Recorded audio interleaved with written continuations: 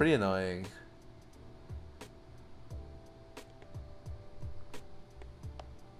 Alright, welcome back, guys. I'm gonna go ahead and just kick this off. So, welcome, ladies and gentlemen. Patch 7.18 patch notes. Is this the Worlds patch? Yes, this is the final patch for Worlds. And I don't know what they're going to do for this, because I know that they don't want to change too much for Worlds, so we're not going to see much changes to any of the bigger problems in the game. Stuff like Sensor, stuff like jungle experience, stuff like Cinderhulk and tank junglers in general. So you can all ask all those possible changes out. I guess I don't know what to expect in terms of like buffs and nerfs in this patch, because I just don't know how far Riot's willing to go before Worlds happens. So I guess we'll see what happens. Champions Azir. Our base damage increased. As a fragile damage eater, Azir supports himself a ton in the mid late game. So they increased his overall damage by 150 base at 16. I think this is just kind of like a band-aid fix, because at the moment Azir's not very good. However, when he is good, he's super impressive. So he's a really hard champion to balance because he has a lot of options to do.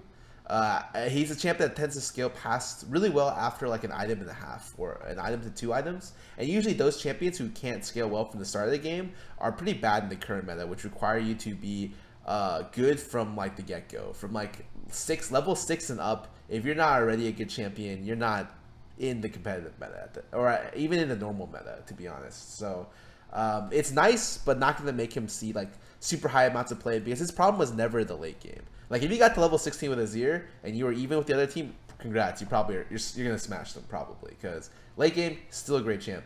But at the moment he struggles because he spikes kind of late in the current meta. So I don't think it's gonna fix anything.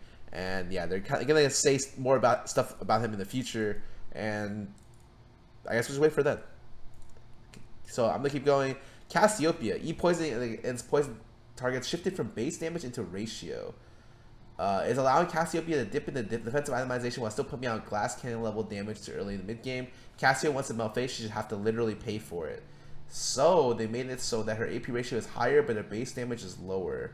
I think that's pretty fair. That's a really good nerf for Cassio, because a lot of times Cassio is just really flexible in her item build. Like she goes mask a lot against mages mid lane, especially against Syndra, and that allows her to do stupidly high amounts of damage while still being able to be relatively tanky. And I do agree that there should be a trade-off for this. I don't think this is going to matter too much. She's still going to be top tier champ, and you're still going to build mask on her against hard matchups, but it just tones her down a little bit, because 25 less base damage is quite a decent amount, especially early game. Alright, continuing on, Elise. So wait, let me double check to make sure this is a Worlds patch. Yeah, this is Worlds patch. Okay, the last patch before Worlds. Elise. So Elise is actually not seeing much play right now, but she is the most, for me, the most possible to see play, because she is such a high aggressive ganking jungler, and also does like high amounts of magic damage. That's very uncommon to find in the jungler, and clears fairly well. And so because of that, like she always has a potential to be useful. And so what did they decide to do? W base damage decreased, but scaling increased, E cooldown increased at later ranks. So she's the premier magic damage jungler at the moment, especially in pro player. Is she? I mean, I guess, but I mean, I'm seeing a lot of other junglers that aren't Elise. So what did they do? They nerfed her base damage so that she can't really build tank. Okay, so common Elise builds end up going the just the damage item into haunting into full tank, or damage item into full tank, the runic echoes into full tank. Now if you do that, your W is going to do a lot less damage. And they nerfed her E. I guess she's used in more regions than I think, because I don't watch that many other regions. So just based on this line right here, she's maybe seen a lot of play in other regions. I mean, with that in mind, I don't necessarily know if she needed nerfs, period. I thought she was in a good spot regardless. And I thought that her relative power level was actually lower than usual, mainly because tank junglers are so dominant at the moment, where with Elise you're forced to have to make plays. Alright, that's Just a surprising nerf, I guess. Fiora, so she's pretty bad right now, especially with the introduction of Bramble Vest. She can't abuse her tank matchups as hard as she can early. Really needs her 2-item core before she goes off, and that takes... Anything that takes 2 items is a really long time right now. So, what did they do? Okay, so they increased her movement speed passive, and the ultimate now grants movement speed within its aura. Within its area? Oh, okay. Wait. So they just gave her back her old nerfs. That's it. I mean, I'm surprised. I actually think she could be really, really strong. But yeah, with the introduction of Bramble Vest, she just got weaker just by contrast. So yeah, it pretty much reversed the old nerf. The only situation where this isn't a possibility is if the person who's getting Grand Challenge is able to disengage a really far distance away. Like E'ing over a wall or flashing over a wall would be a good example. But for the most part, it's just a straight revert on an old nerf.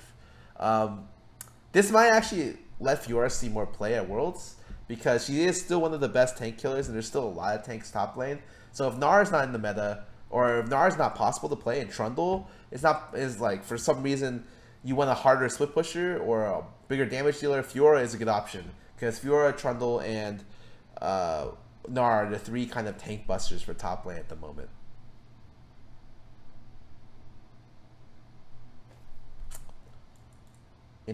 Interesting. Okay, so Gnar right now, really, really strong dominant pick. What are they doing?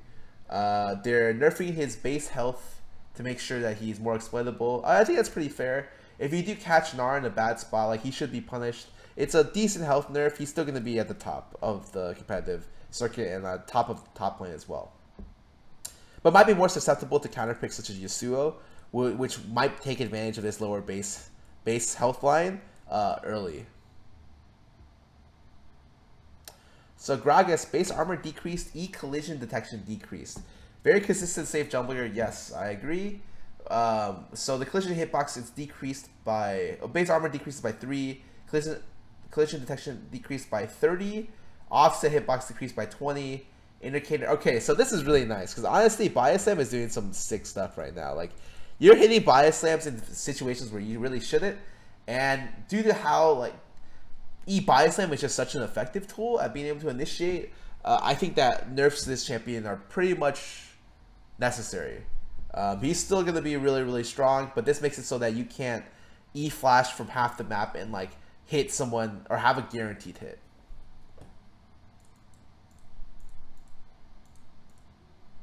Ivern. Oh, they're buffing this champion? Trigger Seed has been seen several nerfs this season, but the last set came alongside the weakening of support items, which also contributed to Ivern's dominance. True. Double nerf left Ivern a bit undertuned, so we're giving him back the damage we took from Trigger Seed. Okay, so they're increasing the ratio slightly, base damage explosion slightly. The champion itself is still very, very not good to play. I think if you're going to play an Ivern style jungler, it's usually better to pick Nunu in the first place, because he tends to fulfill the similar stuff as Ivern, but is more consistent throughout the map. Ivern right now gets way too low in the jungle, really susceptible to invades, and can really be messed with by coordinated teams. So I don't expect to see any Ivern even with this revert. He, after the last set of nerfs, he just got really, really weak. Jarvan. Yeah, I think Jarvan's sick right now, like way too good. And so what are they hitting? They're hitting his tankiness. So they're lowering his base damage and lowering the... Oh, they're making it so that it's 1% less on max rank for Jarvan's maximum health. I think that's pretty fair. Jarvan's one of the actually best champions at abusing the new Stone Plate as well, because with Gargoyle Stone Plate, he pops in, pops W, and if he hits multiple people, then he just gets insane shields. But yeah, he's a very, very powerful champion right now. I think nerfs to his tankiness are definitely a good way to go. Great nerf here. Kalista, our cooldown increased.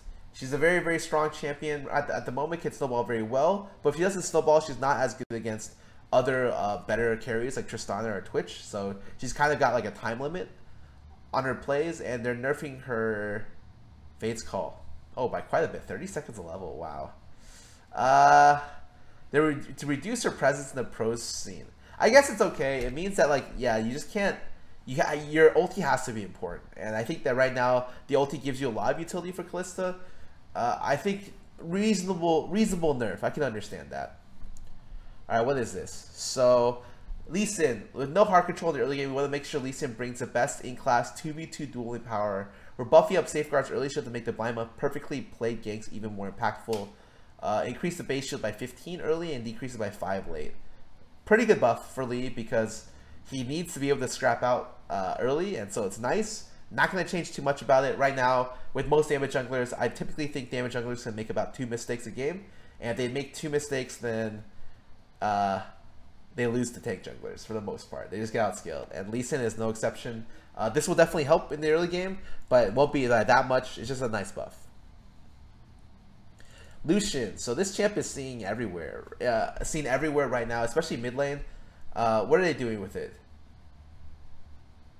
So they're nerfing his relentless pursuit. Oh, early by a lot. 4 seconds at level 1. I think that's pretty reasonable nerf, especially because you're not going to get CDR till relatively late in the game. Like on cleaver timing is typically when you get CDR. So it's a nice nerf to make sure that Lucian can't just like E in and do his rotation and E back out to dodge jungle ganks. But I also think that it sucks that they had to nerf this champion because of his play mid lane. Because as an AD carry, Lucian sucks. Like, Lucian is not a good AD carry right now. Coming from someone who typically fills and plays Lucian AD all the time, he tends to struggle against all kinds of other matchups because of his relatively short range. He's able to be easily exploited by like the support from the other team usually, as well as the other AD. And it makes it so that like he's even harder to play bot lane and harder to play mid lane. I understand why they're nerfing this, and I do think Lucian mid being like one of the best mid laners is kind of off-putting. Like, I don't like that it's that way. Mainly because I think that Lucian's a champ that tends to be such a big lane bully that he tends to oppress other picks. And I don't mind champion variety mid lane. I don't care if Lucian gets picked mid. But if Lucian gets picked mid at the expense of other champions being viably picked, then that's a problem. A lot of other champions. And Lucian's really good at being able to just like E into someone and dumpster them completely. I don't know if I agree with this nerf, but he probably did need to see a little bit of a nerf before Worlds. Nihilus, Q mana cost no longer increases in rank up. Oh, that's really nice. Q now refunds half its mana when it hits terrain. Also pretty nice. He does indeed have a lot of mana issues because usually E is spammed a lot when you're playing Nihilus to wave clear and harass. And so any kind of mana buffs are very, very, very nice for the champion. Just small buffs, not going to do too much, but helpful. He's not gonna see much play, not unless a lot of other tank junglers get banned. Nidalee, heal ratio increased. He's been out of the spotlight for a while, even when teams would benefit from magic damage jungler, they're overlooking her entirely. Her clears are some of the quickest in the game. She does plenty of damage, but lacks some of the utility other junglers bring. We're strengthening her healing as she scales up the late game to even the playing field. So buffing her healing by 0.05 and 1 at the maximum ratio. I think she's fine as she is right now. She's not super good, but I think no DPS jungler is really that good. She tends to benefit a lot with the new Grail sensor build, which turns into like a half support type champ as well. And these will only kind of play into that kind of style, and so it's a nice buff. It's not going to make her see any more or less play. I think if you're going to pick Nidalee, and you were playing Nidalee before in the old patch, these changes wouldn't help you pick her more. They're just nice. Ornn, this is my boy, man. For anyone who's watched my stream, I've played a lot of Ornn. Like, let me show you. I just want to let you know, of all the people who could talk about this champion right now, I'm one of the people who are most confident to say that I've played probably the most Ornn in a high level. So I have 18 games of Ornn on this account, and on my other account I have about 5 or 6. So I've played over 20 games of Ornn in the last 2 weeks, give or take. Oh yeah, and Nasty plays, Vincent plays Ornn support, and I think those are the only two. So Ornn suffers from similar problems that Urgot suffers from, in the fact that like generally, it's just very clunky to play the champion. They did a lot of hotfixes to help fix that. You know, the Q hotfix helped out a lot to make it kind of come down up a little faster, if I remember correctly. Gave him some stat buffs in the hotfix, and generally made it more easy to play. So overall, good buffs for the champion. What else happens here? Oh, Zhonya's can now be forged. Okay.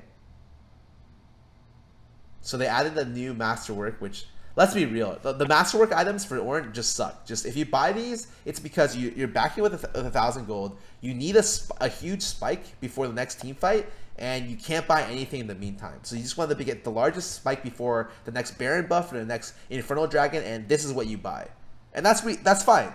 It's only really good past 4 items for the most part. But just, I almost never see these upgraded in any of my games.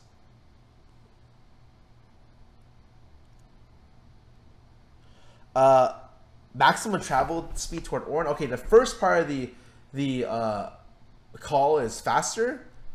Okay, and is that it?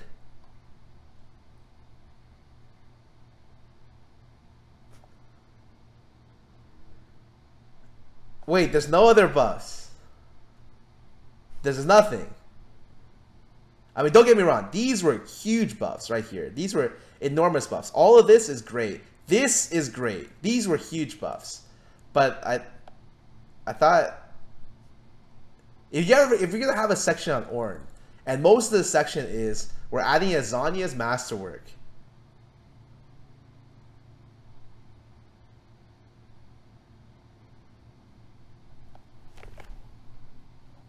I'm not very impressed. I think if you're looking to buff this champion and you want him to see more play, you can have better mana scaling on his stuff, because right now I go through like mana is like a luxury stat for this champion, and so lowering the mana cost of his abilities would be really nice. Right now I run mana regen runes top lane as well as meditation to try to take advantage of his passive, his like lane staying passive, but that didn't happen. Honestly, he's about 2 buffs from seeing decent amounts of play. I'm just surprised they didn't really buff him this time. Yeah, I really would have liked to see mana buffs on this champ. I think that would have been a really good way to pursue it, because even with the mana buffs, he wouldn't have enough damage. There's another way to do it. You can go a more damage-oriented route, where you can look to buff his W to the point where his W does... His W has base flat damage plus his scaling.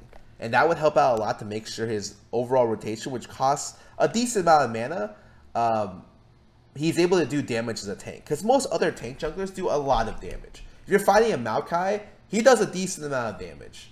You're fighting like Gnar, I guess, doesn't really count. But even when you're playing against stuff like Sion, they do like a decent amount of damage, especially if they hit their stuff.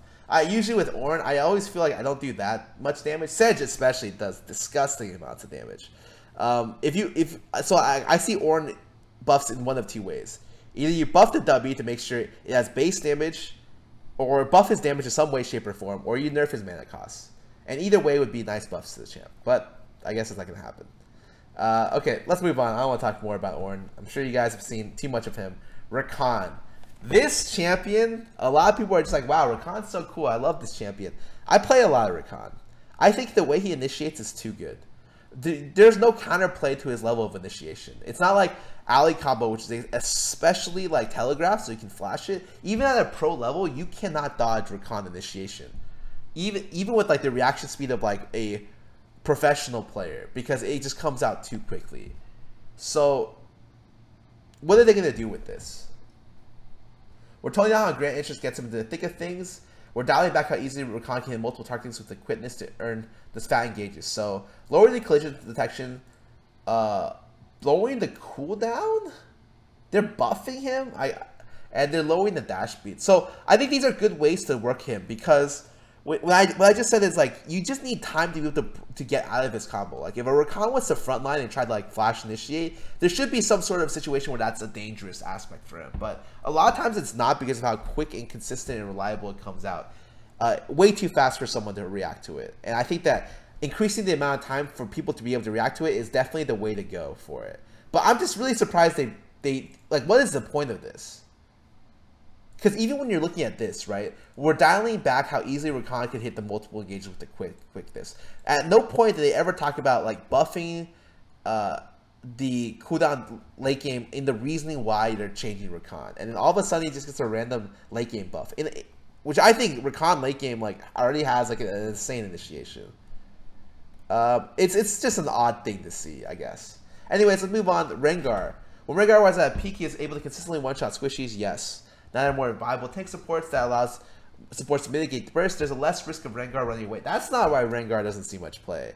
Rengar got like 4. He got like 2 nerfs in a row, which ended up making him so that not only could he not clear healthily, he wasn't able to hit like his, because of that, and he wasn't able to skirmish as well as he was before. He would just lose to a lot of other, not even tank jugglers, other DPS jugglers, and so he saw no play because of that.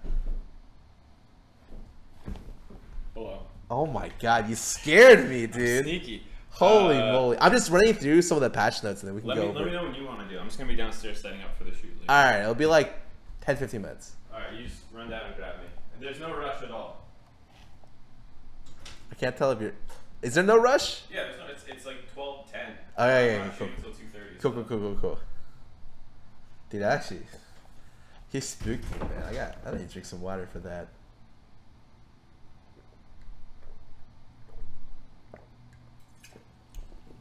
Anyways, I don't think Rengar got pushed out of meta because there was a lack of tank support items to mitigate burst. I think he got pushed out of the meta because he got nerfed a lot, and other champions are just really good. He got nerfed a lot on top of the fact that tank itemization became really good. But even before that happened, Rengar already wasn't seeing that much play because of his nerfs. In the end, 5 base armor is going to make it so he clears easier, so he'll be a better champion. I don't expect to see much play from him, but he's a surprisingly resilient champion. Even when he gets nerfed out, there'll be some players who just pick Rengar, and you're just like, well, I guess he's not that bad. So maybe he makes a comeback, but I feel like in the current tank meta, Rengar might not be that useful. Then again, I haven't seen full tank Rengar, so maybe it's better than I expect right now. Let's keep moving. Ryze. W ratio increased. Ryze has been pretty weak for a while. We don't want to make it any easier for him to reach his late game combo. We think he needs a bit more power in his combo once he started to really build AP. Wow, they gave him a 0.4 ratio buff on his W. That's actually quite a bit. That's a really nice buff. I don't necessarily think he's that bad. He's just a very, very hard champion to play and really squishy. So if you misposition with him, which is easy to do if you're not very good with the champion, you can get punished very hard for it. But 0.4 ratio buff is something that relatively you don't see much. It's a lot. Is he going to see much play into the current meta of stuff like Talia, Cassio? I don't really think so. Lucian, I don't think so. But maybe he's like a little bit away from seeing play. And maybe he might even see play top lane?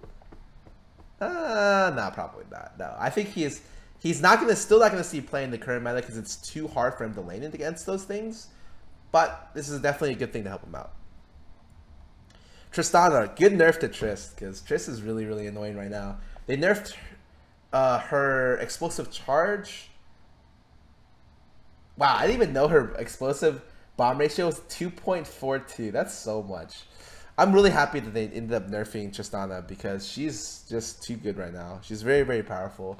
I think right now she shares the AD slot with Twitch as well as Twitch, Kog'Maw, and Xayah with Rakan as being like the S tier ADs. And generally, like a lot of it just comes down to the fact that her E just does insane amounts of damage. Not only just in harass, but also to CS as well as just to break towers. Okay, good nerf. Rumble now turns orange with above 80 heat. Okay, cool. That's nice. Cinderhulk, health reduced. Small nudge to continue bringing Cinderhulk's power spike in line with other available options. See, if this was not the world's patch, I think this nerf would be a lot high. Oh, I don't want to click it. This nerf would be a lot higher, right? Or they would nerf more, but it's so close to Worlds, you take what you can get here. 25 health off of this, it's not that much, but if it possibly means we see not only tank junglers at Worlds, I'm happy for it. Spell Thief's Edge line. Frostbane now has a cooldown reduction. Oh, wow. Actually, the upgrade has cooldown reduction? That's super nice. Frost Queen's claim build path adjusted to compensate. Tribute lockout velocity and minion increased. Okay, so they want to make it so... Actually, this affects soul winners who are building Spell Thieves more than anyone else. The rare ones that were. And... Okay. So, and the tribute generations only pause for 2 more seconds. That's almost nothing. Being able to get earlier CDR though is really, really useful for pretty much everyone that wants to support. Anyone likes more CDR. So this is actually a really, really nice buff. I like it. It's really good. A lot of times, especially when you're looking for Ornn, you'll see people go Frostfang and then have to upgrade to the next one with the Sightstone to be before buying additional items. But maybe even right now in the current meta, you can go Frostfang and then sit on it and then look to upgrade into your Ardent and go back for Sightstone. That sounds disgusting that I have to recommend that might be a possible thing that people are doing. But right now the value of Ardent is so high that sometimes it's more valuable than Sightstone in certain situations. And this might just be another deviation build to get to the sensor better. Please nerf sensor like after this world's patch, right? Dear God.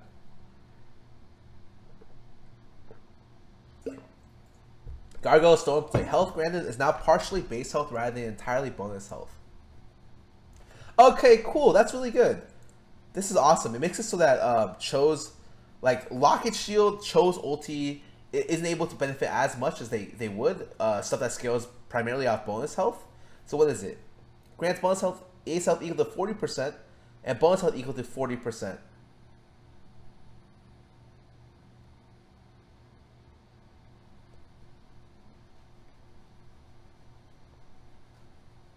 That's really, really nice. No, it's really good.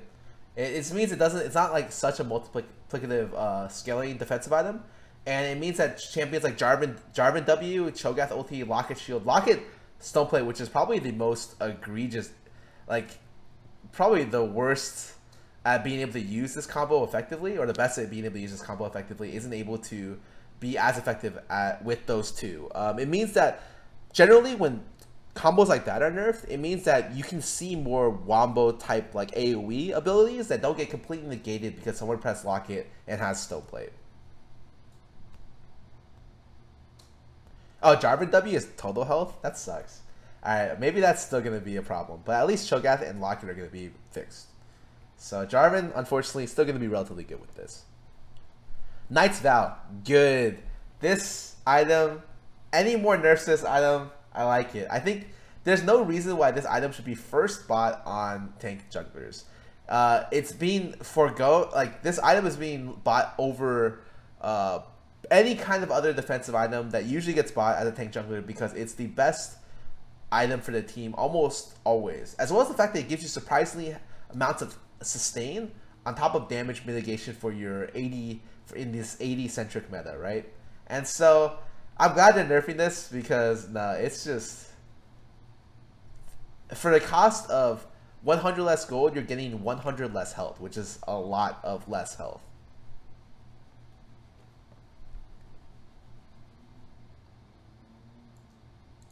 Thank God. Good nerf, good nerf. We're making champ select. We're making a few visual changes. Okay, I don't really care about that. Rotating game mode. Invasion. Actually, pretty cool PvE game mode. I actually really like that they did it. Good job to this. I played it once. Seemed pretty fun. And I don't generally go over patch bug fixes that much. Usually there's about 1 in 25 that are impactful, and everything else is just kind of small. So overall, kind of what I expected for the patch. What I'm happy to see, Knight's Vow nerf is really good. The Gargoyle change is really good. The Cinderhulk nerf, really good. Trist nerf. Rakan nerf.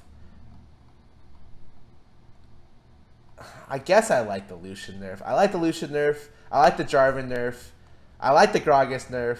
I like the Gnar nerf. I like the Cassio nerf. And so like this is just a patch to be able to like essentially bring down a lot of the really, really strong champions, but not in a way that it destroys their character before Worlds. I like that. It means that generally what happens when this happens is that like not a phone call, is that there's a possibility of more versatility in the amount of champions that gets picked. I don't like the Ornn buffs, man. Come on, they didn't buff them that much.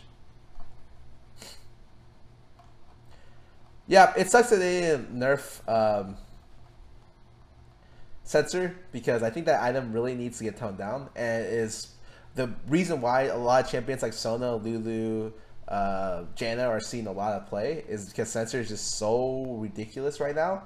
That's probably the number one thing I want to see toned down. The problem is the entire meta is built around the item right now, and so nerfing the item before Worlds essentially changes the meta before Worlds. And Riot would never do that because it would.